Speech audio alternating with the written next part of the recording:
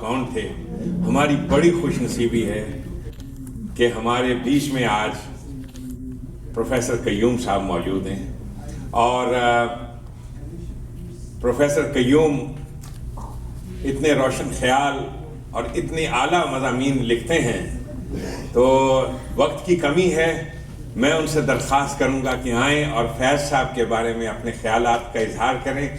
Professor साहब Los Angeles से ख़ास तौर पर तशरीफ़ लाए हैं और तालियों से उनका इस्तक़बाल कीजिए।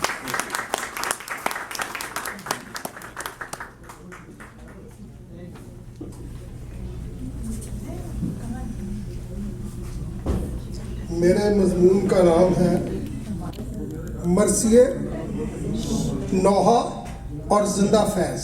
मर्सी है नौहा और जिंदा फैज़। प्लीज खामोशी सुनिए जी। तो मेरा ये चाहता है कि हम आपको अपना वो तनकीदी मजमून सुना डालें जो हमने फैज़ अहमद फैज़ के मरसियों के बारे में लिख रखा है और जो गुज़श्ता 40 साल से अपने सामीन की क़ुव्वत समात का मुंतज़िर है।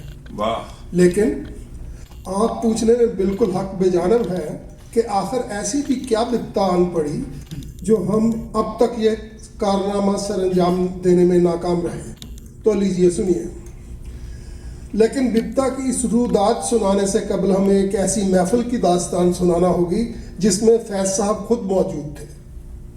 सन 1974 का फैसलाबाद लाइटपुर दुनिया के बड़े कस्बों में से एक था जहाँ सकाफती सरगर्मियाँ ना होने के बराबर थी। लट्ठे और लालच के इस शहर में किताबों की एक दुकान भी मौजूद ना थी।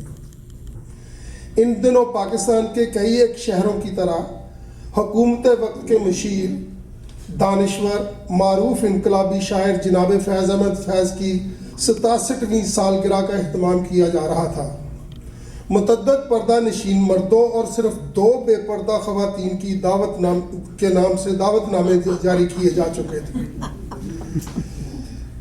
दावतनामे पर अपना नाम रकम करने वाली एक खातून का ताल्लुक फैसलाबाद से ना था। वो एग्रीकल्चर यूनिवर्सिटी में PhD की तालबा थी।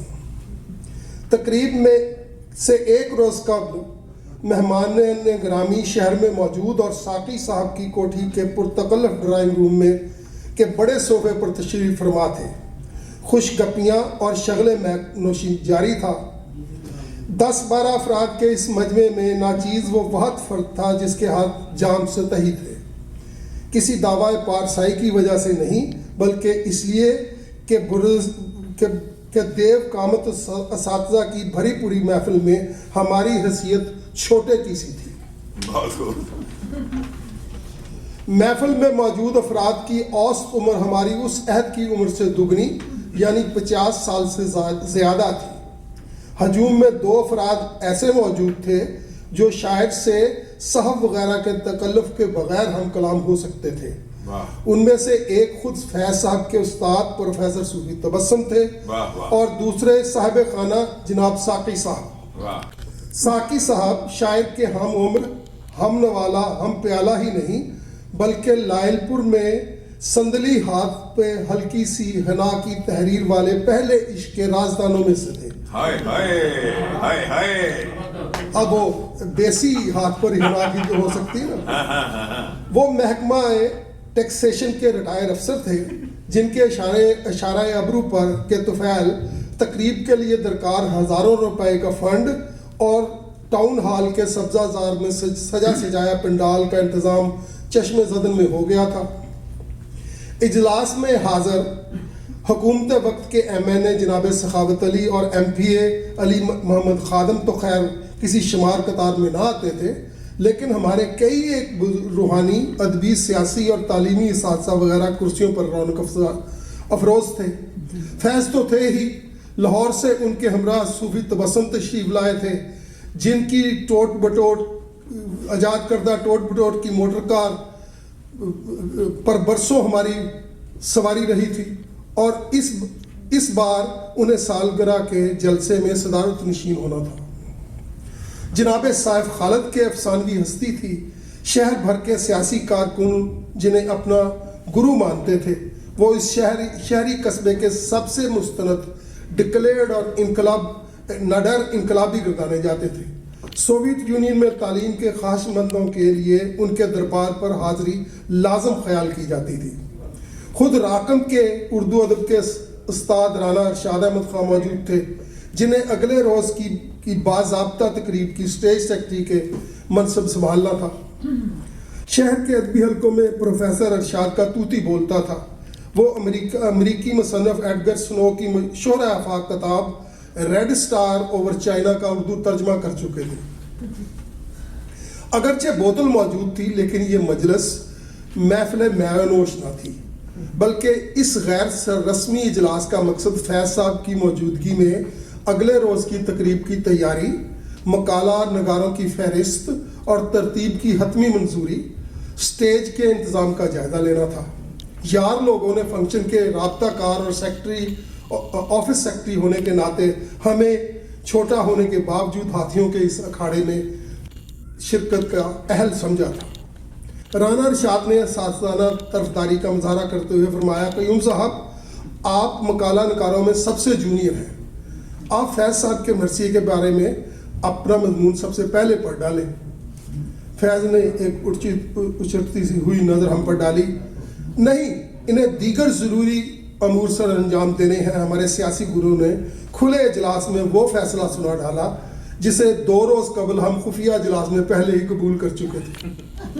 ہوا یہ تھا کہ مصدقہ اطلاعات کے مطابق زرعی یونیورسٹی فیصلہ آباد کی اسلامی جمعیت طلباء سالگرہ کی آڑ میں ملحدوں، کافروں، کمیونسٹوں، روسی نیز چینی ایجنٹوں کے جلسے پر دعویٰ بولنے کی منصوبہ بندی کر رہی تھی. اس سے ملتا ہمراہ مشہور مصنف طارق علی کی فیصل آباد آمد کے موقع پر پہلے بھی کیا جا چکا تھا.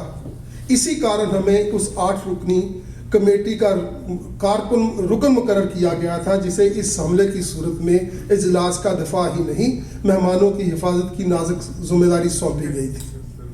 یاد رہے ان دنوں قائد اعظم محمد علی جناح کافر اعظم کی گدی سے دستبردار ہو کر اسلامی جمعیت طلباء کی ممبرشپ حاصل کرنے کی کوشش میں مصروف نہیں تھے. البتہ علامہ کے مقالے ریکنسٹرکشن آف اسلامک تھاٹ میں مودودی ازم کی پیوند کاری کا آغاز ہو چکا تھا. بہت خوب، بہت خوب، بہت خوب. جو ہوا سو ہوا. راکم اگر اس وقت اپنا مقالہ نہ سنا پایا تو اس کا مطلب نہیں کہ یہ ادھورا خواب اس وقت پورا کیا جائے اور آپ اس جلسے کی جھلکیوں سے محروم رہ جائیں. یہ جھلکیاں دکھانا یوں بھی ضروری ہے کہ اس کے بیان سے جناب فیض کی شخصیت پر روشنی ہی نہیں پڑتی، اس کی کئی پرتیں کھل کر سامنے آ جاتی ہیں. بہت خوب. ارشاد ارشاد. فیض صاحب اس دور میں بھٹو حکومت کے مشیر ثقافت ہوا کرتے تھے. پاکستانی ثقافتی کونسل کا ادارہ بھی تشکیل کے مراحل میں تھا. فیصل آباد کے عبدالغفور درشن نامی منچلے نہ صرف یہ کہ اس ادارے میں بحیثیت ریسرچ افیسر ملازم تھے، بلکہ انہیں فیض صاحب کے گھر تک رسائی حاصل تھی. شاعر کی فرمائش پر درشن صاحب کو مقالہ نگاروں کی فہرست میں شامل کر لیا گیا. اگلے روز درشن صاحب سٹیج پر تشریف لائے اور اپنا مقالہ پڑھنے لگے. پورے کا پورا مضمون شاعر کے گھر کی صفائی پر معمور سونا مسیح کی نازبرداریوں اور فیض صاحب کی دلجوئیوں کے بھونڈے خاکے پر مشتمل تھا. ایک طرف مسز ایلس فیض کے بارے میں شکایات کا انبار اور دوسری طرف فیض صاحب کی غریب نوازیاں اور آخر سونا مسیح کی طرف سے فیض صاحب سے مطالبہ کہ ایلس فیض کو گھر سے نکال دیا جائے. درشن صاحب کے تھے کہ سامعین کی قوت برداشت کو پرکھے بغیر مقالہ پڑھنے میں مگن تھے، اور فیض صاحب تھے کہ جن کے چہرے پر ایک ہلکی سی مسکراہٹ کے علاوہ کوئی تاثر نہ تھا. نوبت این جا رسید کہ پبلک کے پرزور اصرار پر سٹیج سیکرٹری کو اپنے خصوصی اختیارات کا استعمال کرتے ہوئے معزز مقالہ نگار کو سٹیج سے زبردستی اتارنا پڑا. دیکھنے اور سننے والوں کی متفقہ رائے تھی کہ کوئی دن میں درشن صاحب کی نوکری سے فراغت مل جائے گی اور وہ خیر سے واپس فیصل آباد آ جائیں گے. کم از کم انہیں شاعر کے گھر کے آس پاس تک پھٹکنے کی اجازت نہ ہوگی. مگر دیکھنے والوں نے دیکھا اور سننے والوں نے سنا کہ درویش صفت دانشور نے رات گئی بات گئی کا رویہ اپنایا اور درشن صاحب तमाम मराज समेत अपनी मुलाजमत पर कायम रहे। अब ये कोई बताने की बात नहीं कि जलसा बेइंतहा कामयाब रहा। इस कामयाबी की खुशी में लगे हाथों जलसे के बाद शहर के दानिश्वरों से शायर की मुलाकात की झलकी देखते जाइए। प्रेस क्लब में उस्ताद शायर फैज और उस्ताद शायर सूफी तबस्सुम दर्जन भर सहाफियों के हजूम में घिरे बैठे थे। इधर उधर की गपशप हो रही थी। दफातन लोकल अखबार से मुंसलिक एक सहाफी फैज साहब से मुखातब हुआ। फैज साहब, आप भी क्या याद करेंगे, आपको अपने दो वाला शेर सुनाते हैं। अरशाद जवाब आया। सहाफी ने अपने कलाम का आगाज किया। शेर मेयार ही नहीं वजन से गिरे हुए थे। राकम को सख्त कोफत हुई। फैज साहब और सूफी साहब क्या सोचते होंगे हमारे शहर के अदबी माहौल के बारे में। फैज साहब के चेहरे की तरफ नजर की तो देखा कि हजरत हस्बे मामूल मुस्कुराए जा रहे हैं। वक्त के बड़े शायर की शय पाकर सहाफी तो जैसे शेर बन गए। उन्होंने अपनी तीसरी बेवजन गजल का आगाज कर दिया। हमसे रहा ना गया। राकम ने तुकबंद शायर के करीब होकर डरते डरते अर्ज की, अगर आप मुनासिब ख्याल करें तो फैज साहब की मौजूदगी से फ़ायदा उठाते हुए ताज़ा कलाम की फरमाइश ना कर दी जाए। इजाज़त दें अगर आप तो। ओए काका, मत रोक हमें। फैज साहब को तो हर जगह अपना कलाम सुनाने का मौका मिलता रहता है।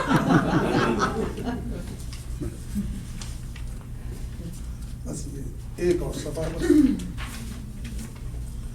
फैज साहब मुस्कुराए। ये ठीक फरमा रहे हैं, इन्हें बोलने दें। शायर दौरा ने फैसला जारी किया और फिर किसी ने किसी को नहीं रोका। आध घंटे तक एक के बाद एक तुक बंद मुसलसल मुस्कुराते और दाद देते मुल्कुल शुरा को अपने अपने सुखन की नज़ाकतें समझाते रहे। ऐसी सुखन की ऐसी नज़ाकतें जिन्हें सुनने का किसी और में यारा ना था। और ये अपना इशफाक अहमद साहब का मजमून भी इसी कैटेगरी का मजमून है। मैं माजरत चाहता हूँ, फैज साहब ने कभी इस तरह की भी सूफीज़म नहीं किया जिसमें टीवी से पैसे आते हैं। ऐसा नहीं हुआ कि फैज साहब ने कोई सच्ची। मैं फैज साहब से इस मजमून से एक दो मिसरे इरशाद जी। मैंने फैज साहब से अर्ज की, फैज साहब बहुत जूतियाँ पड़ती हैं जब सच बोले। उन्होंने कहा, भाई हम तो ये करते हैं, अगर सच ना बोल सके खामोश हो जाते हैं, झूठ नहीं बोलते।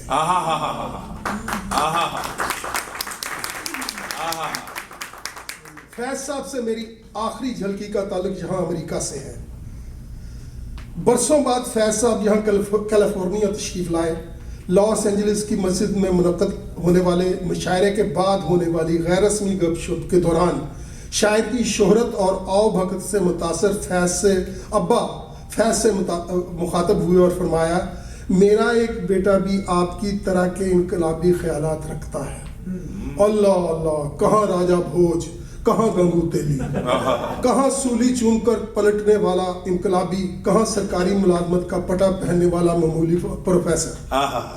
ज़ाहिर है फैज साहब ने नाम पूछा और वालिद साहब ने जवाब दिया होगा। हाँ, मैं उन्हें जानता हूँ, बहुत मेहनती और दयानतदार नौजवान है। फैज साहब ने जवाब दिया, शायर के इस एक बेज़रर झूठ ने अहले खाना की नज़रों में उल्टे सीधे और अनहोने ख्वाब देखने वाले नखट्टू की साख को चार चांद लगा दिया। अब्बा मरहूम मरते दम तक इस गलत फहमी में मुब्तला रहे कि उनका बेटा कोई ऐसा लीडर है जिसे फैज जैसी हस्ती जाती तौर पर जानती है। हालांकि मुझ नाचीज को मुकम्मल एहसास है कि फैज साहब से होने वाले इस राब्ते या ऐसे छोटे मोटे राब्तों को ज़ियारत तो कहा जा सकता है, मुलाकात नहीं। वाह वाह। और ऐसी ज़ियारतों के लिए हाजिर होने वाले सोहना मसीह, इशफाक अहमद और ज़ाहिरीन किस्म के साहिब करामत की यादाश्त पर दामी नक्श कहाँ मरतब कर सकते। बहुत खूब, सही कहा जी, वाह।